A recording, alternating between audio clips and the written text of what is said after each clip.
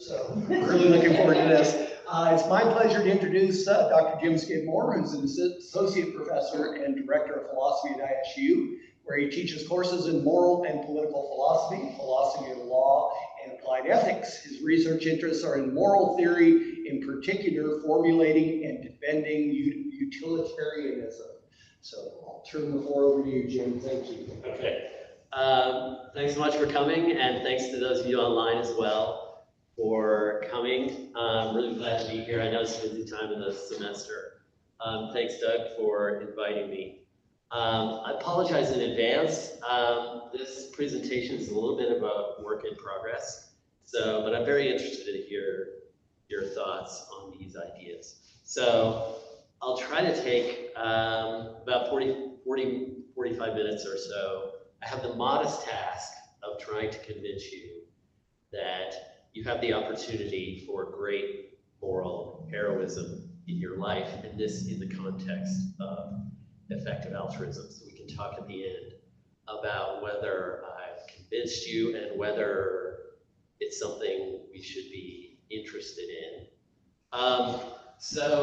In the context for my discussion, I'm going to be talking about the context of the example of a particular person who, until a few years ago, I'd never heard of. This is Sir Nicholas Winton.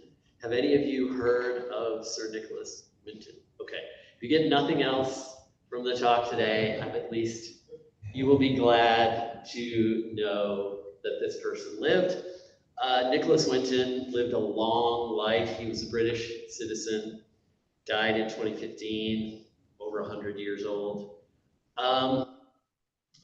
He was a stockbroker in London in the 1930s, pretty clearly making a comfortable living. And apparently, it's a very interesting story. He was planning a Christmas holiday in Switzerland in 1938. This was when the Nazis were invading Czechoslovakia. Jews there were obviously in serious danger. And so, for some curious reason, idiosyncratically, he decided to cancel his vacation and travel to Prague. And just on his own, not in connection, as far as I can tell, with any organization, started working to help refugees during that week or two of vacation in Prague. Then apparently he went back to London, vacation was over, and he kept working. And in particular, he worked on his own and coordinated in connection with others a rescue effort of Jewish children from Czechoslovakia. He arranged for their transport, which was complicated, I think, to Britain.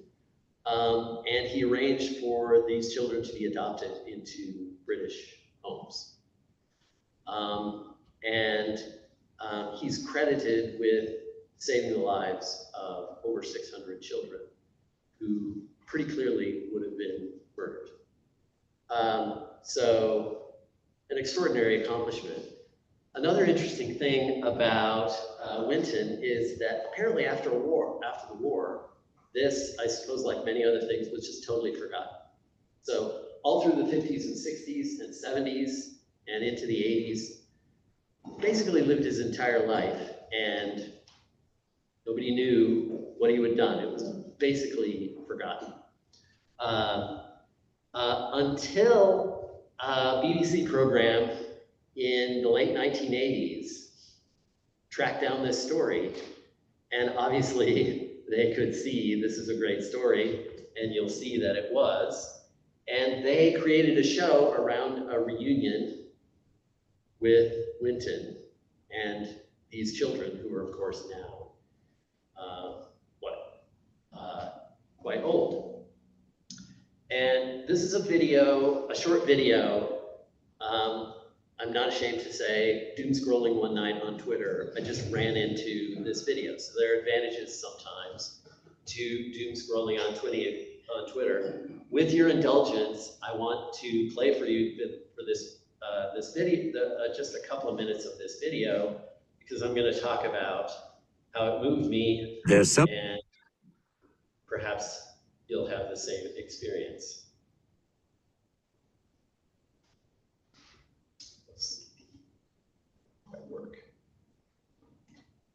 There are some stories which we're not only an audience to, but may become their participants.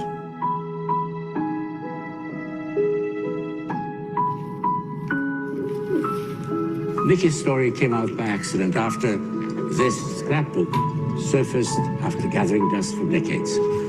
Once it did, though, it set about a whole chain of incredible events. That's me before I left for England.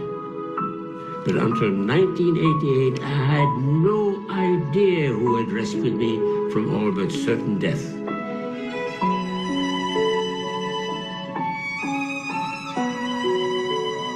It was this old man who had saved my life and that of hundreds of others in the Second World War. Yet for 50 years, we knew nothing about him. 4 children. This is his scrapbook. There are all kinds of fascinating pictures in it. Perhaps you can see, this is a picture of Nicholas Winton himself with one of the children he rescued. If you look at the very back of this scrapbook, fascinating things in it, all the letters. But back here is the list of all the children. This is Vera Diamant, now Vera Gissing. We did find her name on his list. Vera Gissing is with us here tonight. Hello, Vera. And I should tell you that you are actually sitting next to Nicholas Winton. Hello.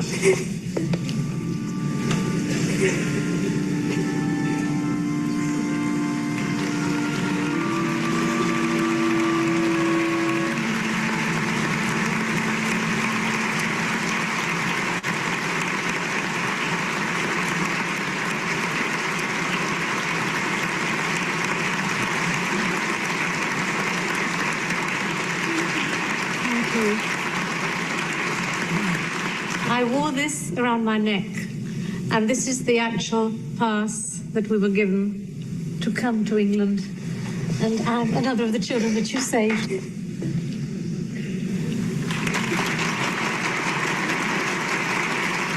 Can I ask, is there anyone in our audience tonight who owes their life to Nicholas Winton? If so, could you stand up, please?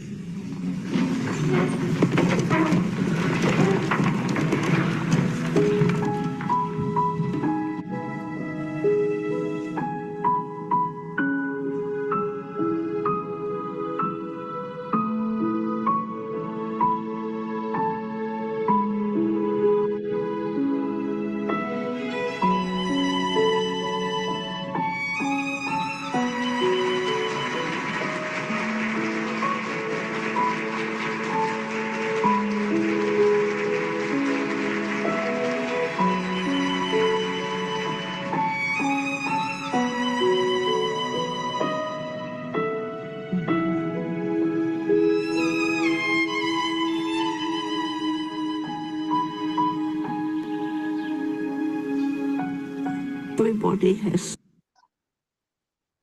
Okay, so I just cried.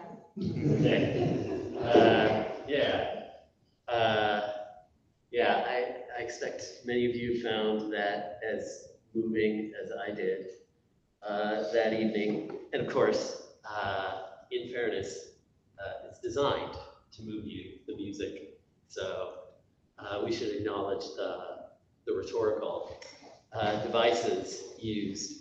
But I think one of the things that interested me about my emotional reaction to that video when I saw it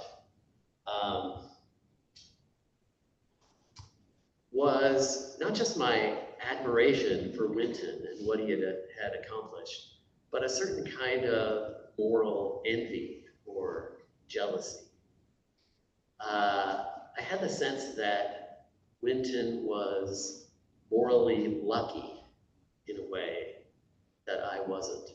Fortunate to have an opportunity to do something truly great with his life, right? He had accomplished this magnificent, morally magnificent thing, saving the lives, literally saving the lives, right?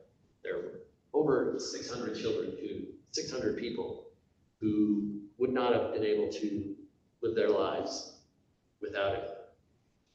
And it just seemed like I didn't see any way in my own life to have such an opportunity, never mind whether I would have been able to live up and actually do what he did.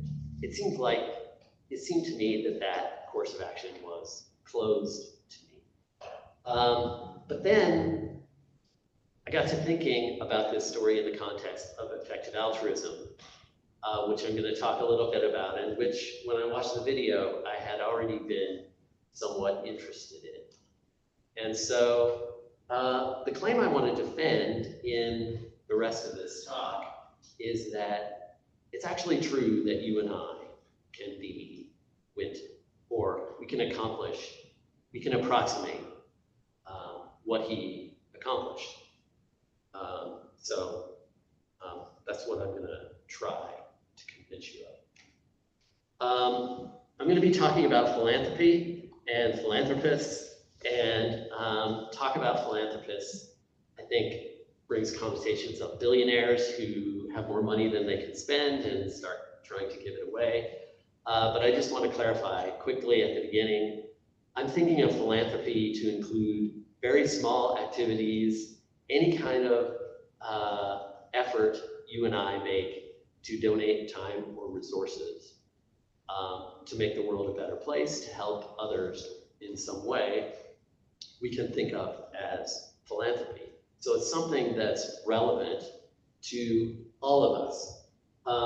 One of the things that I really want to emphasize, and I'm going to come back to at the end of the talk, there is, I think, a fundamental and important distinction to make about two different kinds of motivation for philanthropy when we think about donating our time and resources. And this, I think, turns out to be highly relevant to whether you're interested in effective altruism. I've been interested in effective altruism for quite a few years now. One of the things that's chastened me is not everyone is equally interested. This must be a familiar experience of religious converts and people who have devoted themselves to a cause. They are chastened by the fact that when they evangelize, they run into the fact that other people are not equally moved. And to be honest, if you find yourself at the end of today not interested in effective altruism or not enthusiastic about it, this distinction may be crucial. The distinction is between what I'll call inward focused reasons for philanthropy and outward focused ones. So it's undeniable, I think, that when we engage in philanthropic efforts, there are some, you might say, selfish reasons, selfish ways in which we benefit. It feels good. All of us have had the experience of doing something for others, helping other people, donating ourselves, our time, and our resources with the result, and we feel good about what we've done. We might thereby avoid guilty feelings for not doing the helpful thing. I often think too of the photographs we sometimes see, I know newspapers aren't as prominent anymore, but you used to see pictures in the newspaper of presidents of corporations holding up big checks, like in the photo, right? Obviously, there are benefits to one's reputation for donating time and resources. So these are what I'm calling inward focused reasons, right? On this view, philanthropy is about me and how it makes me feel to engage in this helpful activity. Effective altruism instead is outward focused, right? On this outward focused view, philanthropy is not about how it makes you or I feel when we do it. It's about how it changes, how it actually changes the world. And irrelevant on this focus is how it makes us feel. feel, and we're gonna see later in the talk that this becomes relevant. So you might think, well, isn't it obvious that philanthropy has this outward focus? Yes, it makes it feel good, but isn't it obvious that whenever we engage in philanthropy, the reason we do it is to change the world? Here's one small bit of evidence that that might not be true. This is a study that had circulated a few years ago in effective altruist EA circles. The study seems to show, and you can think about your own life and whether it matches, when people make donations to charities, what percentage of them do research to figure out which charities to donate to? The study seems to show that only about a third of the people do any research. In other words, most donations to charities come from just immediate appeals and giving without any research involved. And even a smaller percentage of people actually make donations based on the research and investigation into the performance of these charities. If you thought that philanthropy, people's motivation for philanthropy was entirely about changing the world, it seems a little puzzling that people seem to do so little research before they make donations. On the other hand, if it's more of an inward focus, if it's more about how I feel when I donate, that explains nicely why people don't do any research, or because you feel good when you donate, and in some sense, for the inward focus, it doesn't matter what the charity is actually accomplishing. Okay, so effective altruism takes an outward focus. And another fundamental starting point for effective altruism is the claim that we can't rely on our intuitions in figuring out which charities are actually effective in changing the world and which ones aren't. There's a survey that I really recommend that everyone try out. A link to it here. So if you're curious to take the survey, you can either Google clearthinking.org and take the survey, or email me after the talk and I'll be happy to send it to you. This is a survey that collects interventions that have been scientifically tested to solve social problems, problems with education, criminal activity, things like this. And the survey describes certain interventions, and it asks you, that have been scientifically tested, and it asks you, what do you think the science shows? Does this intervention work? Does it have no effect? Is it counterproductive? And at least when I took the survey, the effect was to make me realize, oh, I actually can't predict in advance which of these interventions are effective and which aren't. So I'm just going to give you one example from the survey, but you'll have to explore it yourself in more detail. This example is from a program called Scared Straight. So forgive me, I'm just going to read the description in the survey. Scared Straight is a program designed to discourage at-risk kids from committing crimes. So it's a program intervening in trying to prevent young people from committing crimes and getting involved in the criminal justice system. The first program featured aggressive rap sessions depicting life in prison and received extensive media attention, including a documentary. Following the documentary, over 30 prisons across the US adopted similar juvenile awareness programs. All interventions in the Campbell Review feature a prison visit, and most include a presentation by prisoners, which range from graphic to educational. Programs sometimes include tours and extended orientation sessions, such as living as a prisoner for 8 hours.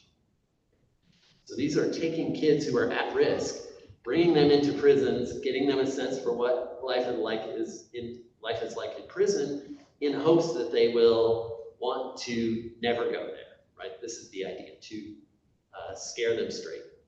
Okay, so gauge your intuition. Do you think this will probably have a positive effect on these kids? It'll have a negative effect, no effect. I won't ask for a show of hands, but you can register your intuition. Okay. The effect of this program has been demonstrated in many randomized controlled trials to be counterproductive. This program increases criminal activity among the people, the kids who are involved, right? It is exactly the opposite of what it's trying to do. The reasons, I think, are complicated, but it has something to do with, in some sense, the more familiar you become with an environment, the more, in some ways, you're attracted to that environment. There's something about the program that familiarizes kids with the prison system in a way that makes it more likely, on average, that they will end up there. Okay, so again, go to the survey, test your intuitions on other programs. One of the core themes of effective altruism is we can't use our intuition to figure out which charities actually work. Our intuitions are unreliable. Sometimes intuitively a program will seem like it should work, but it doesn't. Sometimes the opposite. Sometimes our intuitions are correct, sometimes they're not. Okay, what effective altruism proposes is that we treat instead this problem as essentially a social scientific problem, that we use reason and evidence to try to figure out, as a matter of fact, which charitable endeavors actually are effective, how effective, using the ordinary methods of social science. And this has led to some common criteria that are defended in effective altruism, criteria that we can use to determine which charitable endeavors are the most effective, where we can best accomplish something in the world. So, first criterion, what is the cause? What is the charity doing? Is it working on a big problem as opposed to a small problem? Is the problem it's working on relatively neglected, or are lots of other charities working on this problem as well? The bigger the problem, other things equal, the more effect one can have. The more neglected the problem, other things equal, the more effect one can have. So is this an important cause that the charity is working on? Or is it, curing male pattern baldness, right? Who cares? It's not important. Not a worthwhile charity, right? Okay, second, maybe the most important one, how good is the evidence that this intervention actually is effective? So I've just shown you one example of an intervention that appears to be ineffective in doing what it is trying to accomplish. So what evidence is there that the intervention that this organization is using is effective? And this is the basis of a growing area of social science. So there are economists and other social science who are working hard through developing randomized and carrying out randomized controlled trials to try to figure out what evidence we can gather for interventions concerning addressing poverty, other kinds of social problems that are actually effective. This was the basis for a Nobel Prize in economics to Esther Duflo, Michael Kramer, and Abhijit Banerjee in 2019. So there's real social science being done here, real randomized controlled trials trying to figure out these scientific questions. Third question, what is the cost effectiveness of the intervention that's being conducted? For every dollar, for every $100, for every $1,000 we spend, what is actually being accomplished? So how far does our dollar go? Fourth, how is this charity implementing this intervention compared to other charities implementing the same intervention? And finally, is there room for more funding, right? Even if the charity is doing great work, making demonstrably accomplishing great things in the world, if they don't have room for more funding, then your donation to them is not going to be helpful because they don't have a way to use it, right? So do they have further opportunities to use more funding, or do they have all the funding they can use for the time being? Okay, so what EA proposes is, rather than doing no research at all or relying on our intuition, we try to use real scientific evidence to figure out which charitable endeavors really work and which work the best in making the world a better place. So here's one example. GiveWell.org, which is another website I highly recommend you explore if you're interested. GiveWell.org is one of the main nonprofits that tries to review charitable organizations and make assessments about which of them are the most effective according to the criteria that I've outlined. They have a small number of what they regard as top charities. So when you're thinking of making donations, you can check out their top charities. You will see that their website includes exhaustive analysis, more than you will likely want to read, carefully explaining their process, how they review these charities, the information they collect from the charities, the scientific work that they review, and so on. So they try to do quite exhaustive research. Here's one example of their top charities. Malaria Consortium. So working through their criteria, what is the problem that it works on? The problem is malaria. Malaria is still widespread across the globe, even though it was eradicated in the United States a long time ago. When I checked yesterday, we're now at malaria has been declining, so good news, it's been declining globally, and the number of people killed has been declining. Still, we have about 260 million cases per year of malaria. Most of them are not fatal. It looks like only about 1 in 500 cases of malaria is fatal. But that does result in about 600,000 people dying per year across the globe from malaria. Obviously, many more people than that have long-term disability because of malaria. Epilepsy seems to be a long-term side effect that can occur. Okay, so Malaria Consortium intervenes in this big global problem by distributing anti-malarial drugs to kids in areas across the globe where malaria is prevalent.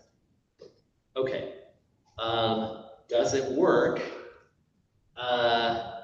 There's evidence based on randomized controlled trials, at least according to GiveWell. You can look further into their analysis. There's good evidence from randomized controlled trials that this intervention is effective in preventing malaria long-term in the kids who receive the medication. What is the cost effectiveness? GiveWell, again, tries to assemble these numbers. I have to say they are really ruthless in including lots of things into their calculation. They're very concerned with how much your donation is going to prevent other donations, government involvement, pushing out other things. They include all kinds of other administrative expenses. So these are very conservative estimates. They're quite careful about not exaggerating. Their estimates are that $7 is the cost to provide medication for one child, and $4,000 will prevent one death from malaria by preventing 500 cases of malaria. Okay, so that's, and then looking at the implementation, again, Gibwell assesses that Malaria Consortium is highly effective in carrying out this intervention compared with other similar charitable organizations. Okay, so there you have one example of kind of carefully investigated charity that seems to be actually based on scientific evidence, producing a real beneficial effect in the world. Something like a $4,000 donation saves one person's life. Okay, is there room for more funding? I couldn't find updated estimates for this year, but from 2023 to 2025, Gibwell did estimate that Malaria Consortium had openings, they had the ability to use more funding. For example, they had places they could distribute these medications if they got funding, but they didn't have the funding yet, so they had room for more. Okay, Gibwell also has other top charities that they recommend, and here, just briefly, are their estimates. Again, you can go to their website and investigate these in further detail. Against Malaria Foundation also intervenes in malaria across the globe. My understanding is that Against Malaria Foundation uses bed nets, mosquito bed nets, to cover beds in order to protect against malaria. Also, through randomized controlled trials, shown to be effective as a method for preventing malaria. Gibwell estimates about $5,500 the cost to prevent 500 cases of malaria and save the life of someone who would otherwise die of malaria. Helen Keller International intervenes in the problem of lack of vitamin A among children. So lots of children in the world are deficient in vitamin A, and it causes not only vision loss and blindness, but also the risk of infection leads to death in some cases. And so Gibwell estimates there it costs approximately $3,500 to save a life. New Incentives is a program that provides parents with cash incentives for getting their children vaccinated. There are lots of parts of the globe where people have opportunity to get their children vaccinated, but it can be difficult to get people to be willing. I know this is purely hypothetical in the United States, but to get people willing to get vaccinated, and this program provides cash incentives to parents to vaccinate their children. And again, scientific studies seem to show that it's effective. Okay, so at least according to Gibwell, we have something like the following numbers. For a donation of about $4,000, you or I can save someone's life. Literally, right? This is real. Okay, so back to the case of Winton. Think of what Winton accomplished in, as represented in that picture, saving one child's life, right? Winton really saved this child's life. My claim is, based on evidence from Gibwell, you or I could do the same thing for a donation of approximately $4,000. Notice, that's not pocket change, that's real money. But it is within the reach of many of us, or will be. In the case of those of you who are undergraduates, you're going to be rich someday, and so I'm going to come knocking on your door. Okay, now look at this picture. think of what's represented in that picture in terms of Winton's accomplishment. By my count, there are 21 people there whose lives he saved. Kids who would not have lived to adulthood without his effort. What I've argued, based on GiveWell research, is you or I could accomplish the same thing for, now we're talking about real money, $84,000. It's not something you or I, most of us, could do tomorrow on the spot. But if you think in terms of a career, a 40-year career, $2,100 per year, that is about 2 to 3% of median household income in the United States per year as a donation. So many people in the United States, by donating 2.5% of their income, household income each year, could, over the course of their career, accomplish what is represented by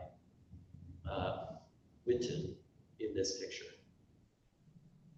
Okay, so I've made the case that you or I, it is within our reach to approximate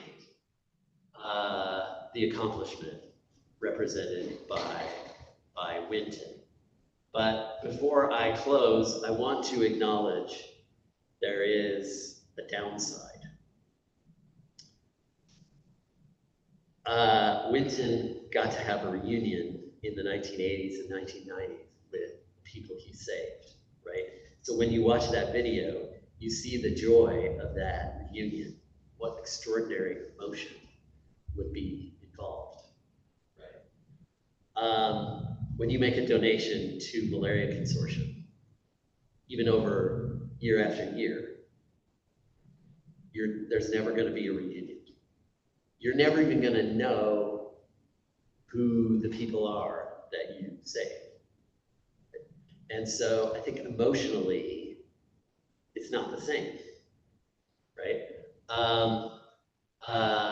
And this is where we get back to this question of what is our goal in engaging in philanthropy, right? If our goal is inward focused, I want to engage in philanthropy in order to feel a certain way, then I think the course of action I've outlined through Effective Altruism is not appealing, because when you make these donations, it's not going to be emotionally rewarding in the same way. Not in the same way as actually tangibly helping a person right in front of you. If, on the other hand, you decide that for you, philanthropy, you want philanthropy to be about actually making a difference in the world, then I would encourage you to consider effective altruism as a way of doing that, right? So even though it's true that you'll never be reunited with the people whose lives you saved, people who didn't die from malaria, you'll never know who they are, you'll never meet them. If the scientific evidence is right, these people will exist, and they'll be just as real as the people whom Winton saved and luckily met in the 1980s. Okay, so in conclusion, I've tried to convince you that you or I can be genuine moral heroes. We can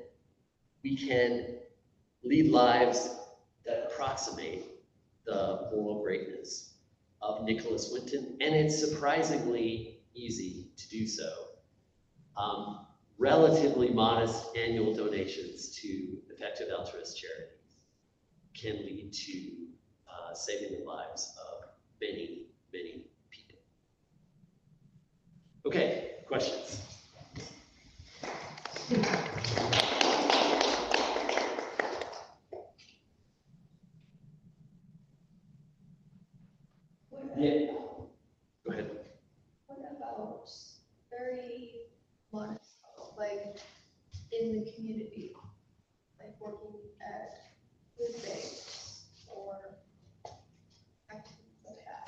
Yeah, I think what proponents of effective altruism usually say is, for any, again, back to these 5 criteria. So for working in the community in various ways through the food bank or other things, what proponents of effective altruism would encourage is, okay, let's go through the criteria. What is the cause? Suppose the cause is people have insufficient access to food in Bannock County. Okay, so that's the cause. And then look at the evidence for the intervention. One thing you will relatively quickly see is, here's the problem in the context of effective altruism. If you're trying to do the most good per dollar in the world, poverty elsewhere in the world, far away from us, is on a much different scale than poverty in Bannock County. And so per dollar of, per unit of resource, it's just much more cost effective in terms of global outcome. So for example, it would be more difficult to argue that the food bank, I think, literally saves people's lives. It certainly provides a real benefit to people in the community, but you'd have to think about how does that compare with people who are contracting malaria and sometimes dying from it. And it seems like that looks like a more serious problem in some objective sense. But I think what proponents of EA encourage is, no matter what charitable endeavor you're looking into, apply these criteria and think about, in some objective sense, what is the importance, what is the consequence? Go ahead. So that's really interesting. I mean, maybe one of our conclusions is that we should give money to Goodwill to ensure they can do these things. That is an option. If you decide you trust GiveWell, you can just donate. And I had to wonder about the ethics of randomized controlled trials that test the effectiveness of malaria interventions. Yeah. Right. I mean, that seems. I mean, I don't know if you get past human subjects or here, right? Yeah. Like, oh, this intervention worked. Oh, it didn't over here, right? But I mean, I think kind of in response to her question was that doesn't have to be either or, right? I mean, from your argument, you could have this huge effect. I mean, especially if you start young. I probably to get up to Winton's achievement. But I could cancel my series subscription and maybe another subscription, and start having it go to these other things. And basically, I'm not really devoting much effort at all, right? But I think that we need also it's important to us that we devote not just our cash, right, but also our effort and our kind of emotional investment, right? And so the local intervention is a different kind of intervention, I think, right? It's like devoting of yourself, whereas the other is just a kind of economic, change. I'm not going to send money to my very well-appointed undergraduate school where your son is going. Yes. And instead, have it thoughtfully devote my resources, because I'm clearly ineffective altruist currently. Yeah, I think that's something I should think more about. But yeah, I was introducing this distinction between an inward focus and an outward focus as if they were exclusive. But of course, you could decide to do both. I think that's exactly right. You could say, look, I'm going to devote some set of resources to just objectively trying to make the world a better place and getting the most bang for my buck.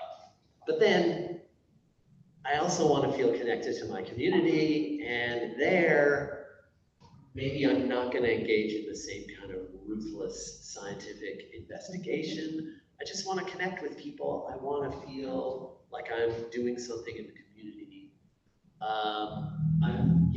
I'm contributing to an alma mater that I feel gratitude for, and I want to feel a connection to that without scientifically investigating what the effect of that donation is.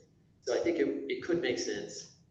You're right that I'm not arguing here that you have to donate all of your resources.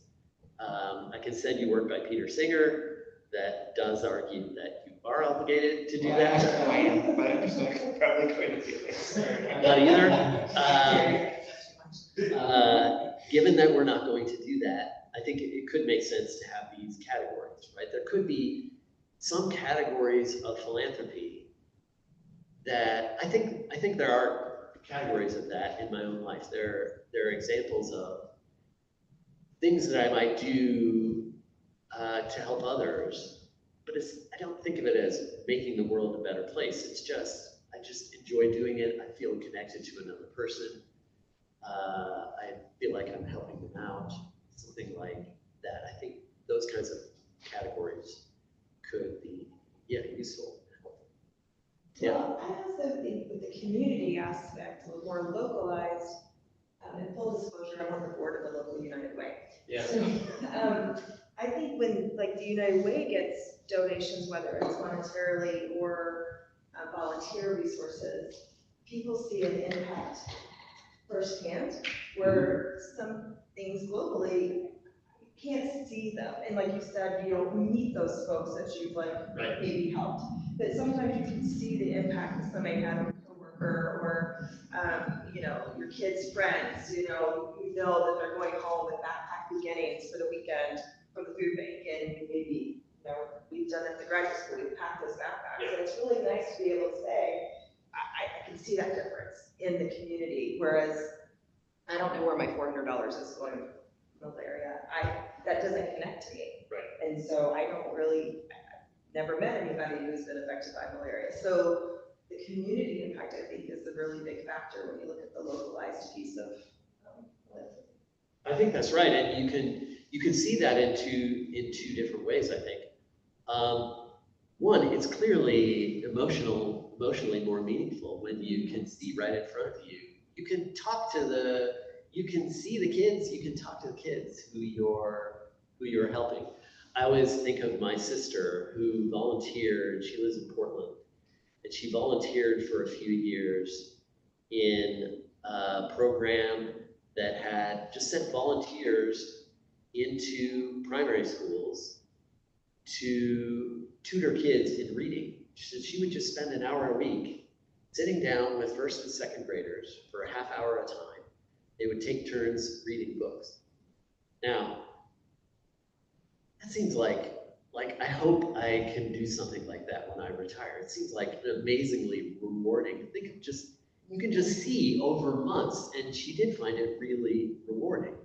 Now, what is the scientific evidence that, what are the 20-year outcomes for those kids? An EA focus would say, we gotta look at, what does it cost? What is the 20-year outcomes for these kids who are randomized, some get read to, some don't. But I think it is more meaningful when it's right in front of you. The other complication is, you might think one of the problems with far away efforts is because you don't see it, it's harder to get evidence. Now, this is something that Effective Altruism takes seriously, and that's why they emphasize so much. Look, Malaria Consortium, we're not just gonna trust you when you say, oh, we're doing these amazing things. We want evidence. We want scientific evidence that it's actually working, and you're gonna have to prove to us scientifically that it really is working. If that were effective, you might argue, okay, emotionally it's still not the same, but you will have good reason to believe. You will have good reason to say to yourself, look, I know that this $400 is accomplishing something, even though I won't be able to see it. Where you create commercials with Sarah McLachlan and find Yeah, right. EA is trying to get beyond those kind of very charismatic, just trust us, right? Especially if you go to GiveWell, they are so ruthless, right? There, you think they are so Scrooge-like, and they seem to sometimes assume, you know, we assume your charity is worthless, prove to us that it's actually accomplishing something. And I think the reason they take that scrutinizing attitude is precisely because people are wary of this kind of propaganda that is widespread. And they become cynical, people can become cynical about it. Any questions from people online?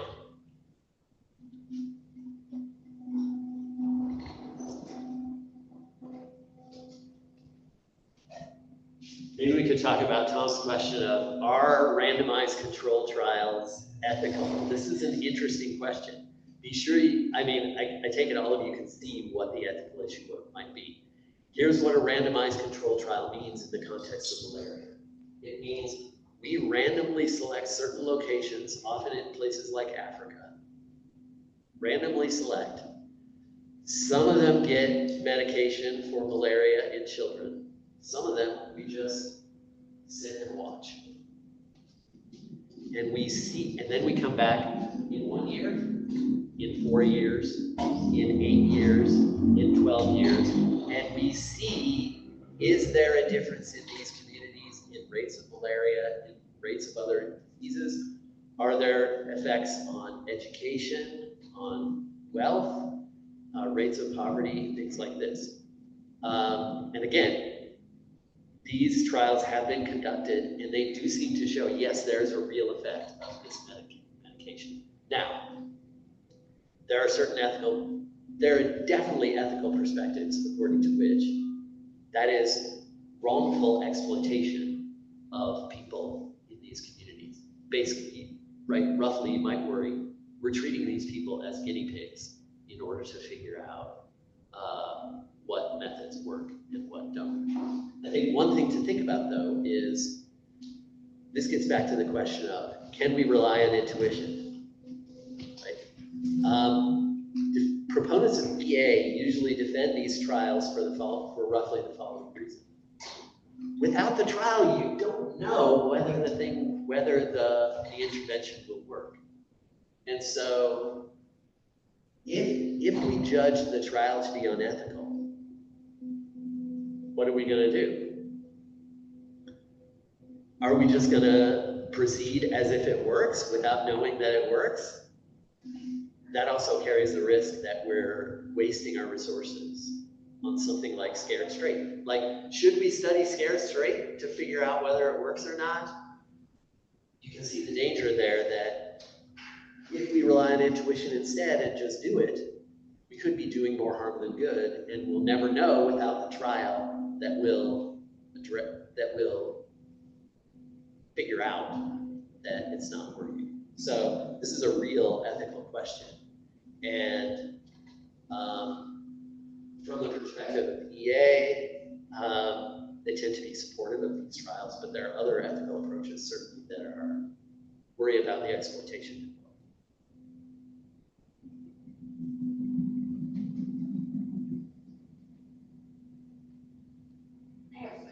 Yeah. Kind of random. I feel like as a philosopher, when you say intuition, you're meaning something different than what I think. Okay, say more. No, you say more. Okay, here's what I mean by intuition. Here's all I mean by intuition. Right, when you encounter a description of scared straight, what philosophers mean by a moral intuition is something like an immediate reaction, So you read the description of scared straight.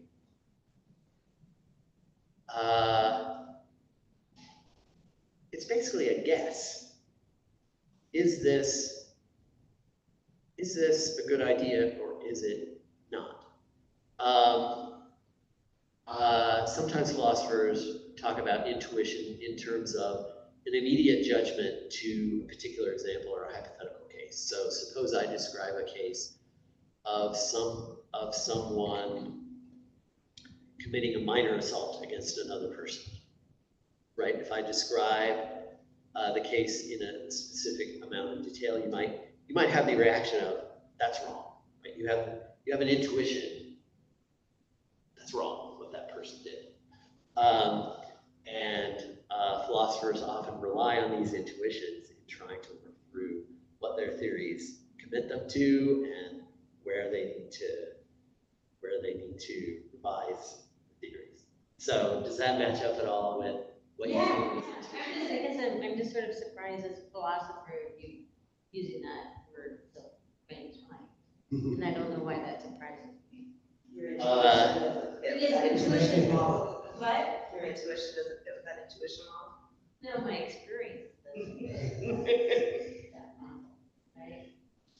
Yeah, I guess what philosophers usually think of as intuition are sort of immediate reactions. So think of, for example, linguistic intuitions, right? I could show you English sentences, and you would have an immediate reaction as to that sentence is not grammatical, or that sentence is grammatical, right?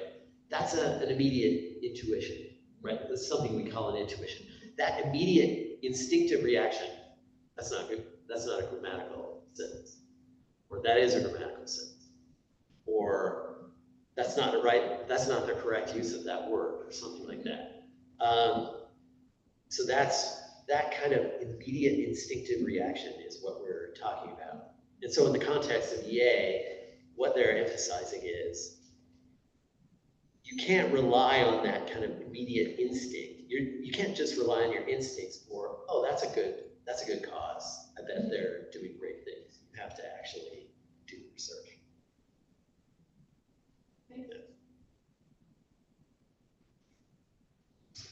I'm not sure I can articulate this very well, but thinking in terms of you've got this. Okay, if you're going to give money, the effective altruism model. If you're going to do money, you should at least do the research to figure out how to make your donation as effective as possible. Yeah. But then you've got other people who, for whatever reason, they're working 2 jobs and got kids to feed or whatever. They want to contribute money, and they're giving it maybe not to the best organization that they possibly could, but their intentions are still just as valid as the ones that do research to do good in the world. Yeah. And are we moving the agency from the individual to those who are responsible for running effective organizations, who are maybe not very good at management, or maybe they're even outright frauds and they're doing it to pad their own pockets without any intention of actually doing good in the world? That doesn't negate, I gave you money because I want to do good in the world, and you've made the argument that you want to do that. Yeah. I'm not sure if that's even. No, I think, well, yeah, there are questions here of how should we think morally about people who donate with good intentions without necessarily having the time to look into, or maybe they're vulnerable to misinformation that through no fault of their own, they think they're accomplishing something and aren't really. So we could think of, how should we think of them morally? This gets into, I think, fundamental questions about, these are deep philosophical questions about ethics. What is the role of intention in morally evaluating someone's actions, someone's efforts? There are certain moral traditions, like a Kantian moral theoretical tradition, that really emphasizes morality is about your will and how it relates to other people and the world, and your intentions are central. Effective altruism is somewhat more friendly to a more utilitarian view, according to which it's not about your intentions fundamentally, it's about making the world a better place. And in the context of utilitarianism, you can see if through no fault of your own, you end up donating money, but it doesn't, because people lied to you and it hasn't accomplished anything. We're not going to blame you because you're not at fault, but you failed to do any good or something like that. But I think one thing that defenders of effective altruism might emphasize. There has been, part of the movement has been trying to grow the movement, trying to create institutions. This is part, of course, the reason why GiveWell exists, right? It seems plausible that it's not workable to just ask everyone, go figure out for yourselves, which, use these criteria, review the scientific papers, and figure it out for yourself. That's not something most of us can do. That's not a scalable solution. We need institutions who can do this work. We need to be able to trust them, right? If we could get institutions up and running that can do this work for us, and if we could verify, maybe we have different institutions that are checking each other, scrutinizing each other, and journalists who are looking for malfeasance and fraud. If we could decide that we can trust them, then we wouldn't have to do work ourselves. So I think this is part of the cause, and you can see this has connections to public health, right? The same issues now in public health.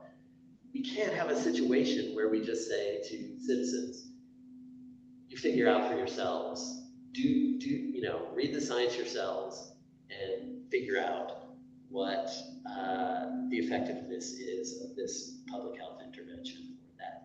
We've got to have institutions who do this work and institutions that we can trust to do this work.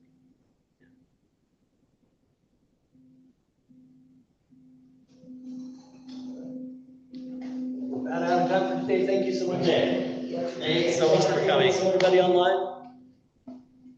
See you, Ryan.